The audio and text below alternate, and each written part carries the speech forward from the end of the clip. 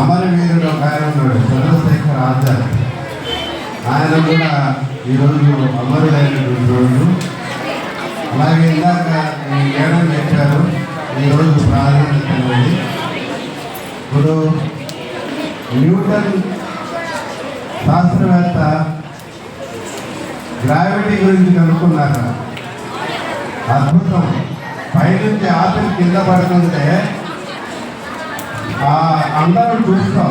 దాని నుంచి ఆయన ఒక గొప్ప సిద్ధాంతాన్ని కనుక్కున్నాడు. జీనియస్. అలాగే మన మన దేశంలో సివి రామన్ గారు సముద్రంలో ప్రయాణం చేస్తాం, నీళ్ళల్లో చూస్తాం.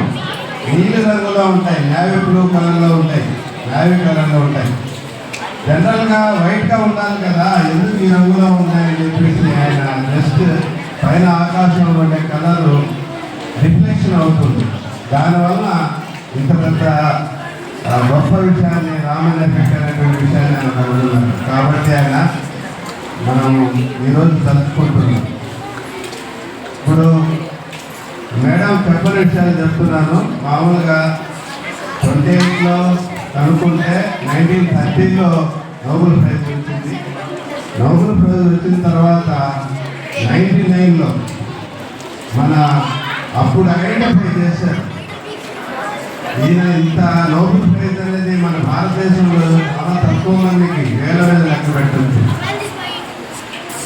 కాబట్టి ఇంత గొప్ప సైంటిస్ట్ గురించి మనం తెలుసుకోవాలి కదా అని చెప్పేసి అప్పటి నుంచి ప్రతి సంవత్సరం ఏదో ఒక కొత్త థీమ్ తీసుకుని ఆ సంవత్సరం అంతా శాస్త్రవేత్తలకు సంబంధించి ఆ థీమ్ మీద కృషి చేస్తున్నారు. ఇప్పుడు మన ప్రియతమ నరేంద్ర మోడీ ప్రధానమంత్రి గారి ఉద్దేశం ఏంటంటే ప్రతిదీ మేక్ ఇన్ ఇండియా, ప్రతి వస్తువు మనమే తయారు చేసుకోవాలి, ఇతర దేశాల మీద ఆధారపడకూడదు అనేది మన ప్రియతమ ప్రధానమంత్రి గారి ఉద్దేశం.